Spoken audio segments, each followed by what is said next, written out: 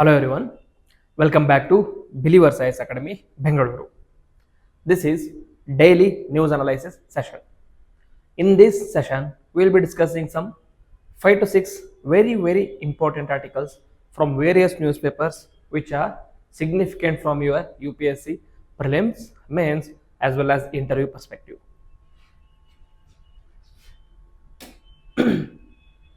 So the first article for the day, that is 5th February 2025, is an editorial from the Hindu newspaper.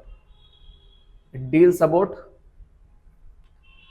the USA's WHO exit, a chance to reshape global health. Okay. On January 20, 2025, the United States withdrew from the World Health Organization, raising concerns about funding and the organization's effectiveness. However, this situation also presents an opportunity to reform and strengthen global health governance. Okay, so the Trump administration of Nation First or Make India Great Again initiative, under one of his policies, he is withdrawing USA from many kind of global institutions such as Paris Climate Agreement and now WHO. So this article discusses the challenges. So the challenges will be with respect to funding and its impact. For understanding the impacts, we should understand the funding structure of WHO. In WHO's funding, there are two types of fundings that are given to WHO. One is assessed contributions, another one is voluntary contributions. This assessed contribution is fixed annual payments from the member states of WHO aimed at ensuring stability. Whereas these voluntary contributions, it depends on the donors and are often tied to specific projects, making them unpredictable. Okay, so here if you are a member of WHO, you are required to provide certain amount of funding to WHO. Here it is purely based on the country's economic perspective, whether it wants to give funding or not is the prerogative of the particular country. Okay, so sadly WHO is mainly dependent on these voluntary contributions, especially from countries like USA, China and other similar countries. Okay. Now if US is withdrawing from this WHO, obviously it is going to impact funding for WHO. Now before that, what are the reasons for US's withdrawal? One is US government cited high assessed contributions and funding imbalance. Okay, the USA says that because of their higher economic prowess, you are imposing higher assessed contributions from the USA, you are expecting more from the USA. As a result, it is not in balance. Okay, they feel that whatever the amount we are contributing to the WHO, we are not getting back the same support or the same benefit from the WHO back. Okay, so USA funds played a crucial role in supporting short-term health programs. Now, what will be the impact of US's exit? Obviously, it will lead to loss of financial support for WHO's operations, risks of reduced funding for global health programs, particularly in low-income countries. Okay, but the article also discusses about the question whether these global institutions are still relevant or whether these global institutions are still required or not. Okay, so the article says that why institutions like WHO matter even today. That is, global cooperation in health is essential to address challenges such as antimicrobial resistance, pandemics, and climate change. Okay, here these important pandemics, AMR, and climate change are not impacting any particular singular country. They have implications on global level. So in order to deal with these kind of implications, you need a global level cooperation under the head of an institution like WHO. Institutions like WHO in this regard provide technical expertise, funding, and coordination for the global health efforts. Next, though these institutions are required, they have reached a threshold, meaning there is a necessity of reforms for these institutions. Okay. Similarly to the United Nations and United Nations Security Councils, WTO, World Bank, IMF, the WHO also requires certain changes or certain reforms moving forward, such as diversification of funding sources. That is, emerging economies such as BRICS nations, G20 and G7 should step in to fill the funding gap. Regional institutions can provide financial and technical supports. Okay, regional institutions like ASEAN, SARC, BIMSTEC, etc. required, reducing dependence on the specific nations.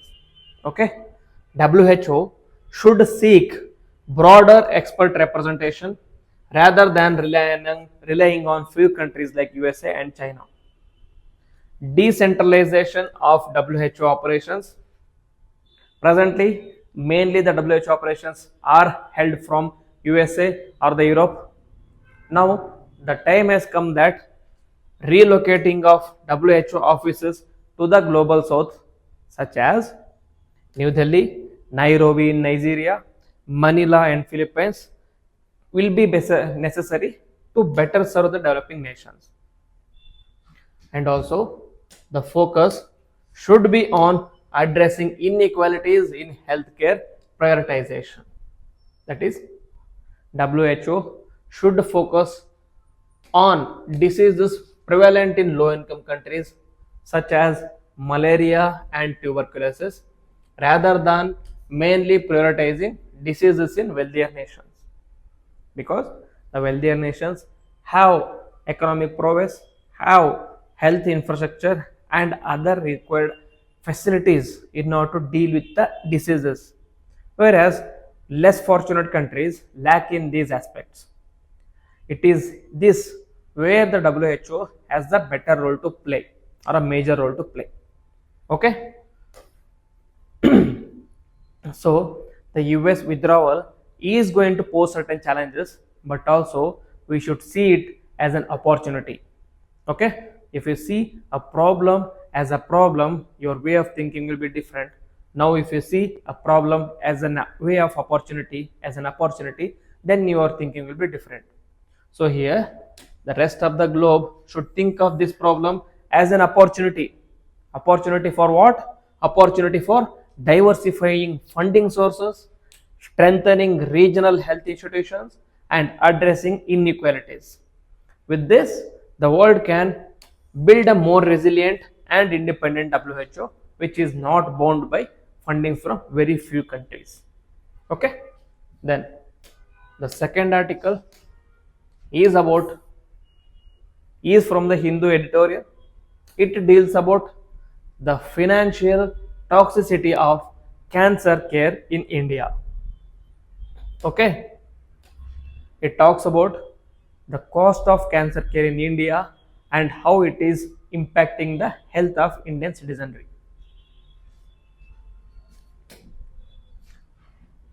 The cost of cancer treatment remains a significant barrier to equitable healthcare in India. Advanced treatments such as genomics informed precision medicine, immunotherapy, and monoclonal antibodies are unaffordable to many of Indians. Financial toxicity affects not just the patient but also their families, leading to multi generational economic and social burdens. Okay, so here they are talking about the treatment of cancer is so costly that it is not only impacting the patient but also the family of the patient for generations to come. Okay, that is the cost of cancer treatment in India. And it also talks about challenges in public and private healthcare sector. In public healthcare, India's public health expenditure is less than 2% of the GDP. Public hospitals face shortages of medical staff, diagnostic tools, and essential medications. Government insurance schemes such as Ayushman Bharat mainly cover inpatient care but leave out crucial outpatient expenses such as diagnostics and follow-ups, which is resulting in increasing out-of-pocket expenditures. Okay, the Ayushman Bharat scheme covers only the expenses when the particular patient is in the hospital. Those are called as inpatient expenses. But when he is moved out of the hospital, there are many expenses called as outpatient expenses. Those are not covered under Ayushman Bharat scheme. Okay, and with respect to private healthcare, due to limited public health infrastructure, private healthcare is booming with an industry value close to rupees 8 lakh crore. Private hospitals often result in higher treatment costs, worsening the financial burden on the families. Then article talks about addressing the financial toxicity. Main is the government initiatives. A few states such as Delhi, Maharashtra, Punjab, and Kerala have introduced to subsidize direct medical cost of cancer. Indian Railways and Air India offer discounted fares for cancer patients, while Himachal Pradesh and Haryana provide free bus travel for cancer patients. Because you are already spending on your medical expenses, let us reduce the burden of expenses in other areas such as air travel, such as bus travel. These are some of the good roles played by the government or initiatives by the governments. And what is the role of NGOs and networks?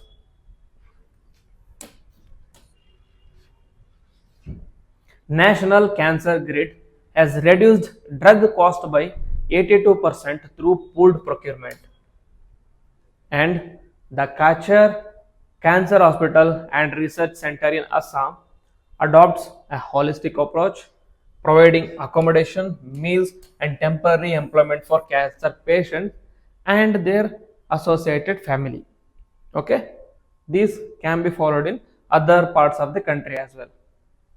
And the role of Indian philanthropy and corporate service responsibility is that the CSR in India mandates companies to allocate funds for social causes, including healthcare. In 22-23, 6,800 crore was spent on CSR healthcare. And according to the Forbes 2024 report, it estimates that rupees 8.4 lakh crore in total donations from India's 100 richest individuals. 8.4 lakh crore was the total donations from India's 100 richest individuals, and this donation can be used or is being used for this cancer patient or cancer treatment. Then impact investments and philanthropic capital can be leveraged to scale solutions. Okay, so these funds and CSR can be used so that we can find a sustainable cancer treatment solutions. Then, so in conclusion, cancer treatment remains financially toxic, meaning very high expenditure, and especially for low and middle income families. While government schemes, philanthropy, and CSR play a vital role, public health care spending must be increased to create long-term solutions. Addressing pollution, rapid urbanization, and unhealthy lifestyles is also critical in reducing the overall cancer burden.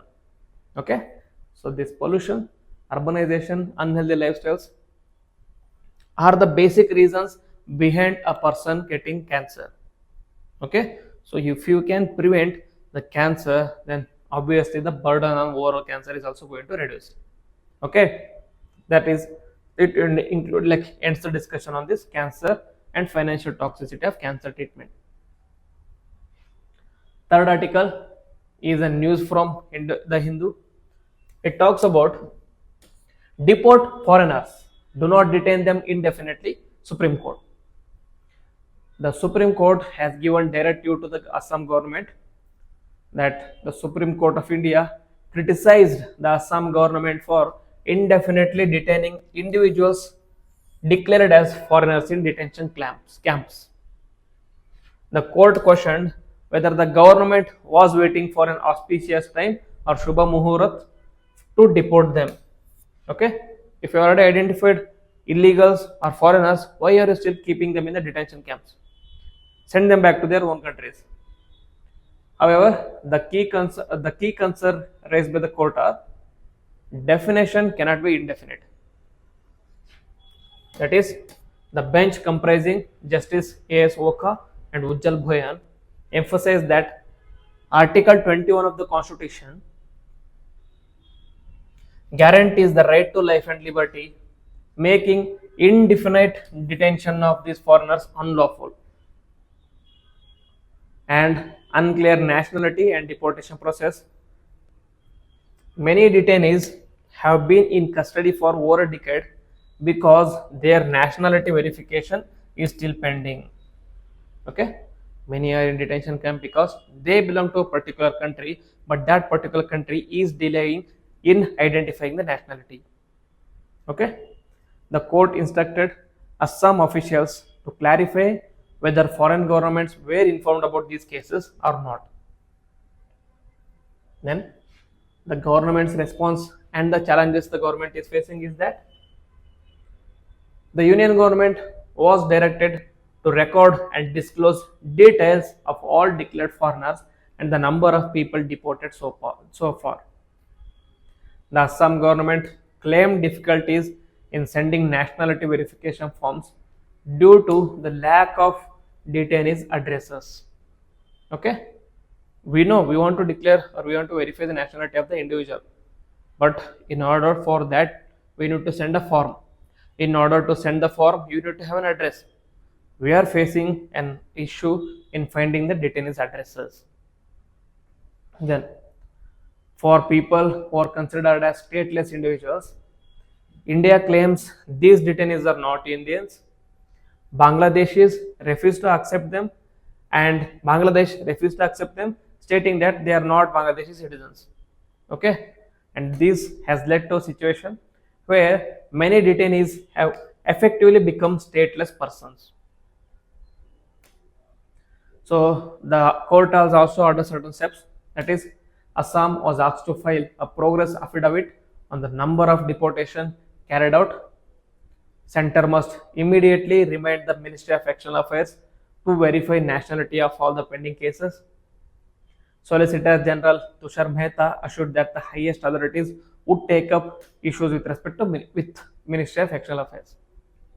So conclusion is that the prolonged detention of declared foreigners is a financial burden on the government, and the Supreme Court has urged for a swift deportation and systematic handling of nationality verification.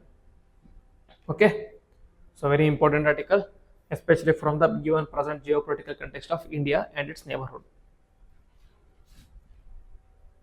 Okay, so this why tax cuts are one way gamble.